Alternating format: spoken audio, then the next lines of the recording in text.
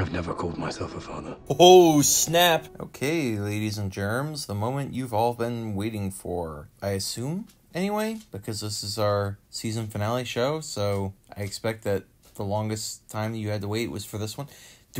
At least among our loyal followers, do we have those? I just realized Lulu edits all of these and constructs them and pulls everything together and keeps track of the channel and all of our followers and replies to people. I don't think I really do anything other than drink beer and watch TV, so I'm hopelessly out of touch with whoever may be interested in watching these videos. But this is the final one of the first season of His Dark Materials. So, if this applies to you, if you exist, get excited for that, I guess. All right, let's get into it. This is another good example of a scene change removing the necessity of coming up with the end of a conversation, just leaving it on a very dramatic note, the way real life never does. He's like, hey, we can pretend to be orphans again. And she just looks at Pan, and then it cuts out. It's like, oh, how do you respond to that? Some dude sitting in your bathroom while you're taking a bath. Like, hey, do you want to pretend like your parents are dead because they suck so bad? And she's just like what? We'll never know because they changed the next scene. You can look at the alethiometer. There you go, Roger, my man. Asking the real questions. Hey, you want to know how your dad feels? Ask the alethiometer. Does it know everything? Seems like it. This is a guy who gets it. This guy gets why this device breaks the show. It's like, hey, Lyra, why don't you use your God secret device constantly? Which is what we've all been saying. It's nice to know that somebody else in the show is on our side. Then let's not use it. Oh, what the fuck, Roger? Come on! This is another thing that happens all the time in movies and TV shows and plays. And I don't know how far back it goes in various different medias. But I'm curious about the origin of the idea that you're having a conversation with someone and then you go to stare out the window for the next 5 minutes talking about your heavy thoughts. I've had maybe a less interesting life than someone who's traveled the breadth of the world, riding on bears, hanging out with witches, fighting against child nappers, but I've had some drama in my life, and I've never been of the mind in a heavy conversation that, now I need to go stare out into the beyond while I reflect upon my thoughts and share with you my trauma. Like, that's just not a thing that human beings have ever done. And I get that it's a routine, cliched thing in various mediums beyond just TV shows. But I wonder the origin of that. Maybe a translation from the soliloquy, the monologues from old plays where, you're not reading it, so the actor or actress needs to literally tell you everything that they're thinking in that moment, so they turn and address the audience immediately while the audience isn't here in the room with you, so now you have to stare out a window. I don't know. It's an interesting, weird thing that we all take for granted, but just seems bizarre if you take even half a second to imagine, oh, this is supposed to be an imitation of a real-life conversation where somebody just turns around and stares out the window and starts talking about, oh my God, you should have seen it. All these hurtful thoughts. Nobody does that. That's a weird thing to do. Anyway, let's continue.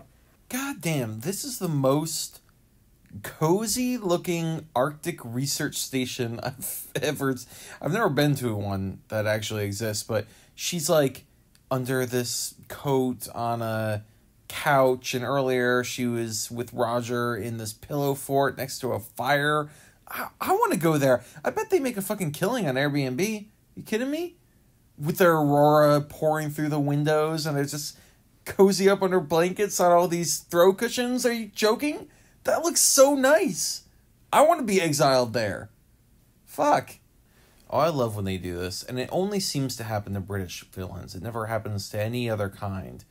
But, the whole stiff, kind of British villain, some kind of encampment in the living area. It's like, it's a pillow fort, man. You don't know pillow forts? Oh, your life has been so hard. You never had a childhood. You never enjoyed any. You've never experienced joy or just pure childish delight. Kind of a bummer, actually, that the stereotype. I can't think of any other villains other than British villains where the stereotype is, I don't understand child's joy. Damn, that's the description you're giving He's a 5'7", 15-year-old boy, and his name is William, and they need to find him in London? Where they just gonna start knocking over teenage boys? And be like, what's your name? How is it? That's the full description. No wonder the fucking cops never find anybody.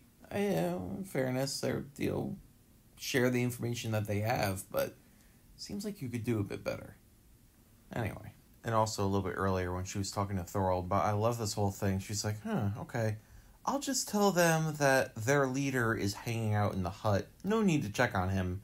And that I'm in command of this zealous religious military force of super soldiers now. Okay.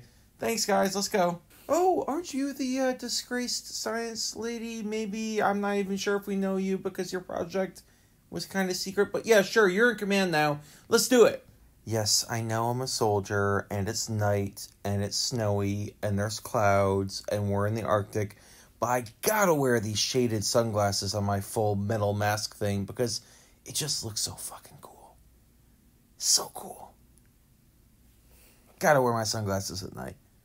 Yes, I am your warrior king for your warrior society of bear predator Panzerbjorn, but, I'm gonna check out of this fight and take this little girl up the hill while you guys all die fighting the zealous, special operatives. Don't worry about it.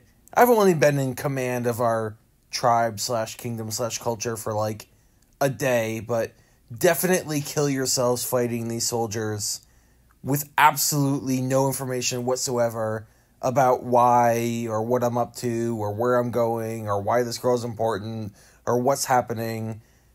You're props, okay? That's what soldiers are about. You're just props for whatever else is going on in the foreground.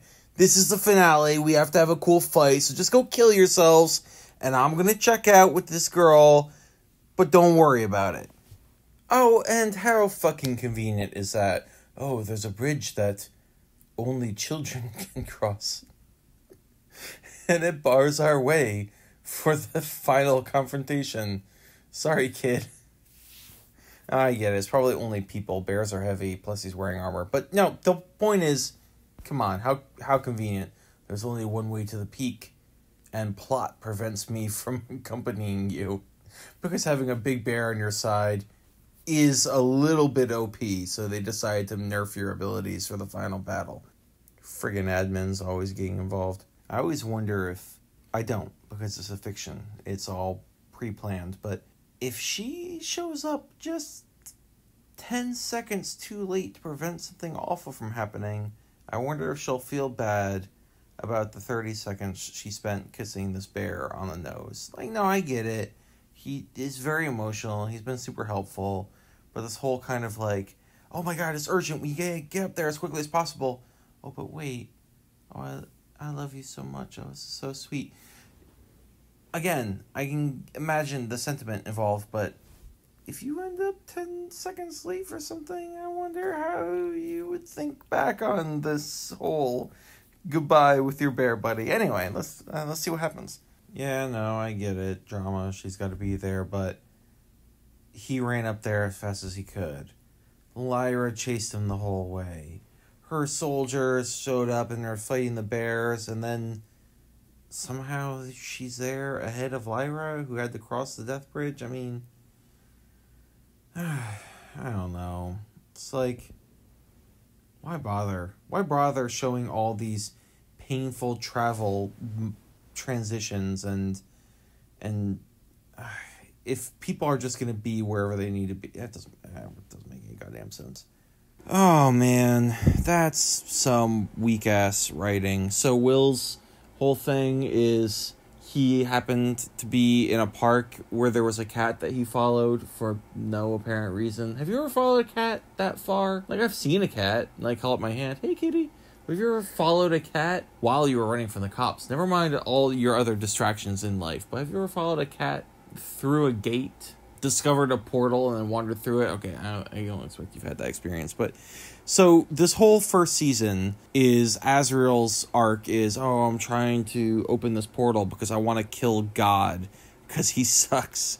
And Coltaire's arc is, oh, I want to figure out what Dust is all about. Hey, my lover boy is trying to open a portal. Boreals is, I know about portals and I'm trying to, I don't know, do something to people on both sides. Lyra is, I'm pursuing my dad and he created a portal and I walk through it. And fucking Wills is, oh, I was in a park and I found one. You know? Like, why bother having him in any... Why... All this lead up to, oh, my dad, he probably knows about these, and he's journeyed in other lands, and he's Grumman on the other side, and he's an interdimensional traveler, and my mom's crazy, but also there's a reason that there's some crazy stuff that she believes is actually true. That's this whole intriguing backstory, and then it's just like, oh, no, I just happen to find one. The one that exists on Earth. Maybe there's two. I don't know. Maybe there's one in Alaska somewhere, according to Grumman's journey. But come on. Fucking... some weak-ass writing. You just stumbled on it. Jesus. Okay.